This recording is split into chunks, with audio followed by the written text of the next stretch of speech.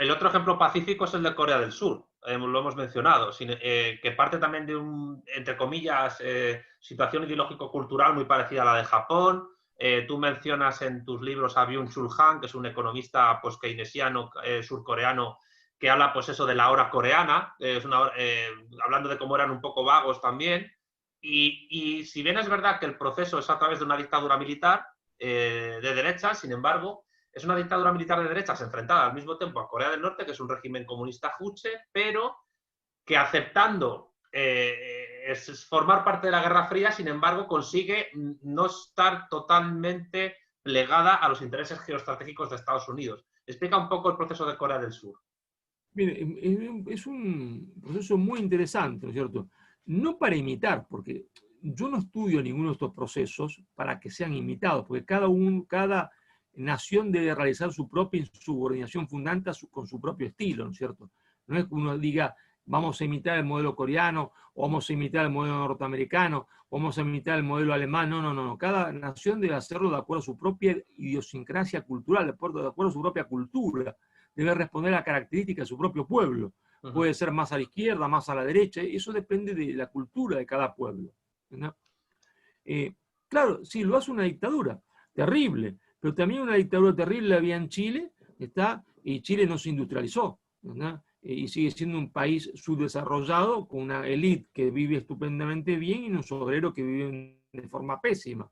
En los otros era una dictadura, pero una dictadura que dio origen a un país absolutamente desarrollado, como es hoy se entiende Corea del Sur, que tiene un nivel, sus obreros, que no pueden alcanzarlo ningún obrero argentino, ni ningún obrero brasileño, ni ningún obrero boliviano. Pongámonos de acuerdo en esto, ¿no es cierto? Y claro, ¿y por qué es interesante el caso de Corea del Sur? Es muy interesante porque, ¿qué dicen los liberales cuando yo expongo mis teorías? Bueno, señor Gullo, usted tiene razón, lo ha comprobado, pero eso no es más aplicable ahora, porque ahora estamos en plena globalización, la tecnología ha achicado las distancias, ya no hay más distancias como antes, no hay más tiempo, y entonces no se puede hacer lo que usted dice. Falso, porque cuando Corea se industrializa, prácticamente vive ya una globalización, porque no tiene distancia geográfica prácticamente con Japón. Apenas 400 kilómetros separan a una puntita de Corea con una puntita de Japón. Así que estaban ahí al lado de lo que era ya una potencia industrial del mundo, como era Japón. Sin embargo, ¿qué dice Corea? Lo vamos a industrializar sin capitales japoneses, con nuestro propio capital. Y entonces siempre un alumno me dice, profesor, pero como estaba en Guerra Fría, seguramente los norteamericanos le dieron millones de dólares para que se industrializaran. Error. Los norteamericanos, como hacen siempre, le daban plata para que compraran productos industriales norteamericanos, sobre todo armas. Pero cuando Corea del Sur presentó su primer proyecto al Banco Mundial que siempre controló Estados Unidos, ¿no? Para hacer su primera serie, el Banco Mundial le contestó, es decir, Estados Unidos le contestó, que ellos no tenían ningún destino industrial, que jamás soñasen con ser una potencia industrial y que por lo tanto no le iban a dar $1 para hacer su acería. $1. No le dieron $1 para hacer su acería. Toda su acería la construyeron con capital propio. Pero ¿sabe que eran tan pobres esta gente?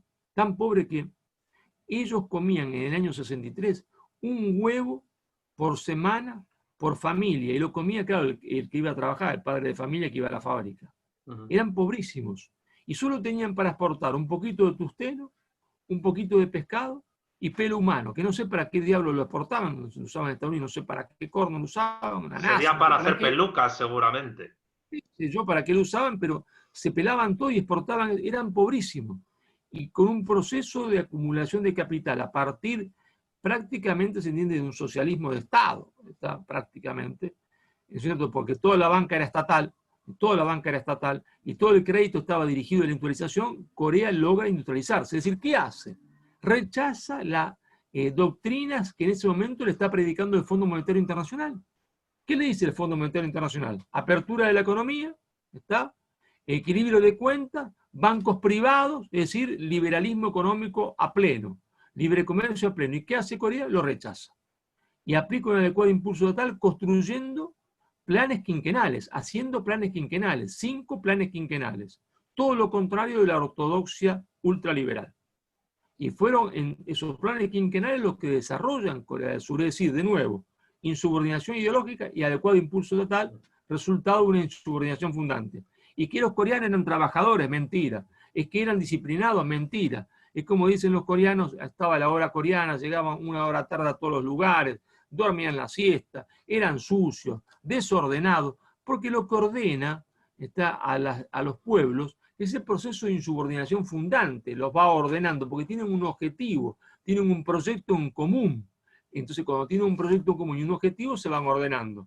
Porque en realidad, todos los pueblos son más o menos parecidos, todos somos más o menos vagos, todos somos más o menos inteligentes, todos somos más o menos... y nos ordenamos cuando hay un proyecto en común. Pero un liberal te diría, pero señor Gullo, Corea del Sur es un país en el cual el sistema sanitario está controlado por empresas privadas, es un país con un amplio mercado internacional capitalista y con grandes multinacionales. Lo que usted dice sobre Corea del Sur no se sostiene. ¿Qué le responderías? Y que no fue así, que todo lo hace el Estado, y lo mismo, porque ellos copian el modelo japonés, y una vez que se desarrollaron, ahí sí, entonces aplican otra cosa. Porque este es el chiste del chiste de siempre. Todo el mundo se desarrolla a partir de la mano mágica de la política, y cuando entra al club, tira la llave por la ventana para que otro no entre, y comienzan a predicar una cosa que no hicieron. Claro. Pero todos se desarrollan por la mano mágica de la política y no por la mano mágica del mercado. El libre comercio es un mito. En la mano mágica de la economía es un mito. Todos se desarrollaron, se hace potencia industrial y adquieren poder y adquieren desarrollo para su pueblo a partir de la mano mágica de la política. Y una vez que lo hicieron, dicen, bueno, ¿ahora qué hacemos? A los giles que no lo hicieron como nosotros, vamos a decirle como nos enseñó mamá Inglaterra, que el camino del éxito es todo lo contrario del que nosotros hicimos. Es decir, se suman al club de los países que subordinan ideológicamente a los otros, que no son muchos los países que subordinan ideológicamente a los otros.